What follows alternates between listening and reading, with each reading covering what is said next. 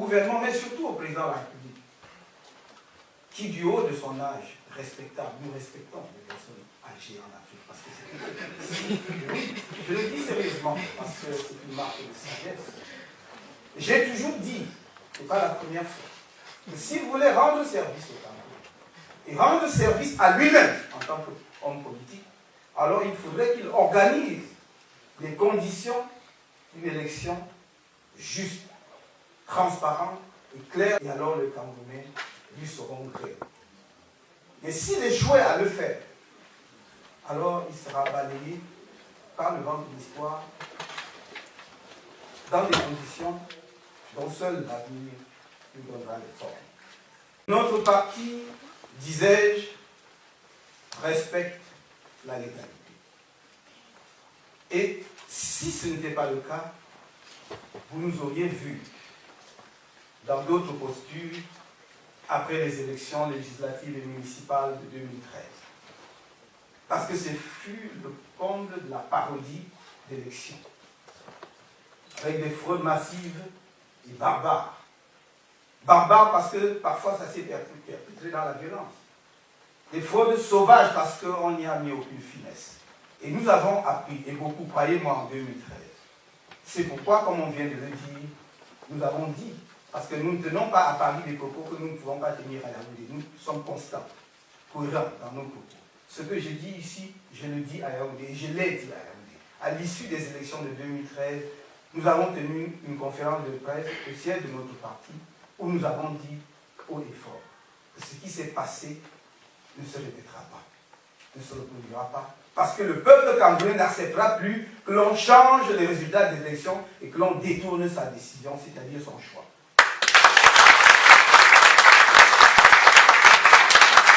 On nous a alors accusé de propos séditieux.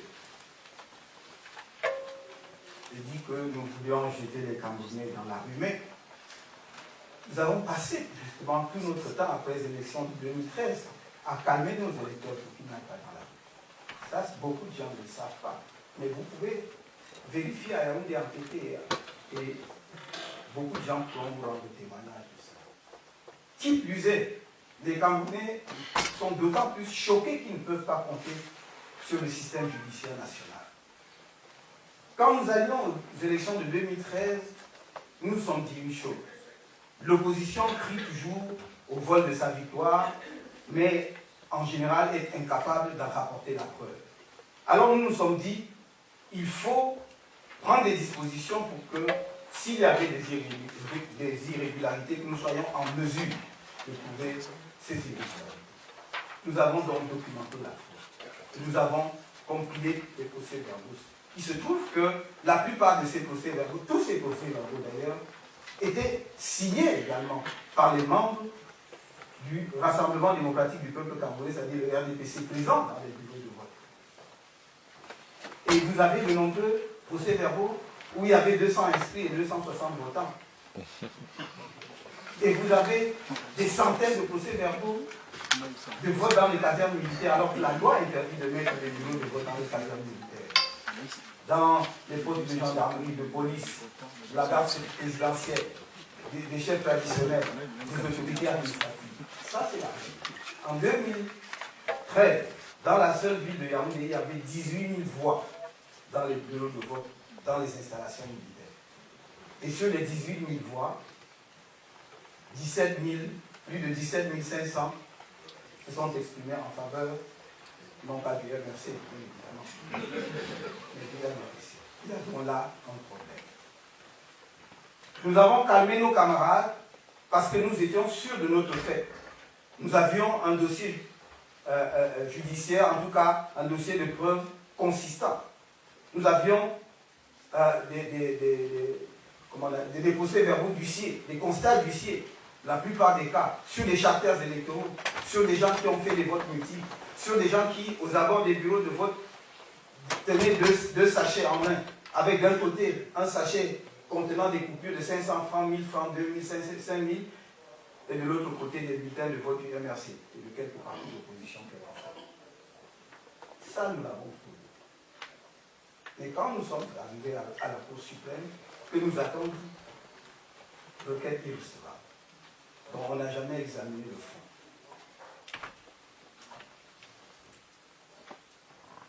La vérité, c'est que les observateurs électoraux ne nous ont pas beaucoup aidés. L'Organisation internationale de la francophonie, entre autres, qui était la première organisation à s'exprimer sur les élections de 2013, a tout fait dès le 2 octobre, puisque les élections ont eu lieu le 30 septembre, a tout fait de dire que les élections s'étaient bien passées. Et le président, le chef des observateurs, a pris son avion et s'en est allé. Et le RDPC et le président de la République lui-même, s'appuyant là-dessus, ont dit que les élections se sont bien passées. Croyez-vous que la Cour suprême du Cameroun pouvait contredire le président dans le contexte que nous connaissons? Alors, moi, je croyais, avant d'aller devant la Cour, mais ils m'ont donné justement la preuve définitive qu'ils ne peuvent pas. Et donc, si vous ne pouvez pas compter sur ENECA, dont tous les membres sont du RDPC, sauf la coloration qu'on y a ajoutée en 2013 lorsque tout le monde a protesté, c'est-à-dire un prélat, un évêque et un pasteur. Tous les autres membres sont du RDPC et d'ailleurs en général du comité central du RDPC. Croyez-vous donc que si on ne peut pas trouver justice auprès de ENECAM chargé d'organiser les élections, auprès de la Cour suprême, statuant comme Conseil constitutionnel, organe judiciaire suprême du pays, si on ne peut pas trouver justice, qu'est-ce qui reste au peuple de savante justice? Et c'est ce que nous voulions éviter.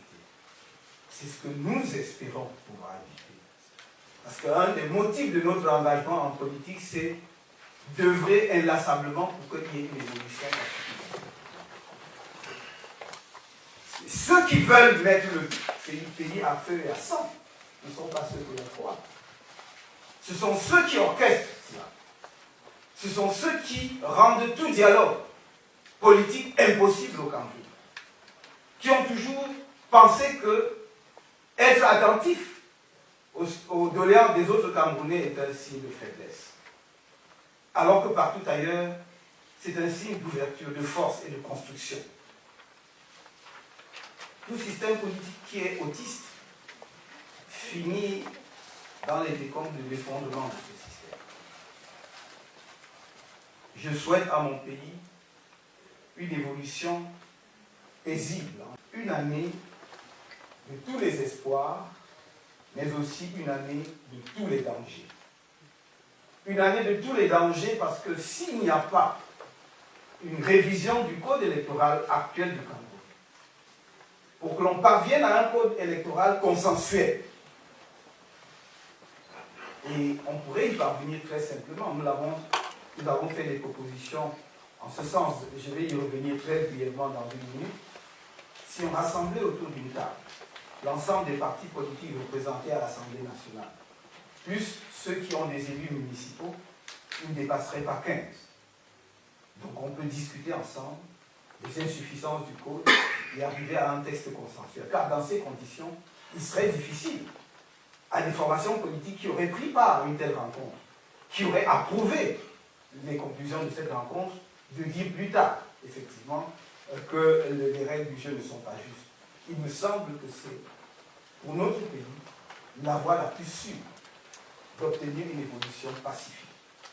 Et c'est pour cela que nous ne cessons d'en appeler non seulement au RDPC, qui est le parti dominant, non pas majoritaire, parce que j'ai toujours douté de ce qu'il soit un parti majoritaire, il est dominant, c'est une autre chose, au gouvernement, mais surtout au président de la République, qui, du haut de son âge respectable, nous respectons les personnes âgées en Afrique, parce que c'est oui, je le dis sérieusement, parce que c'est une marque de sagesse.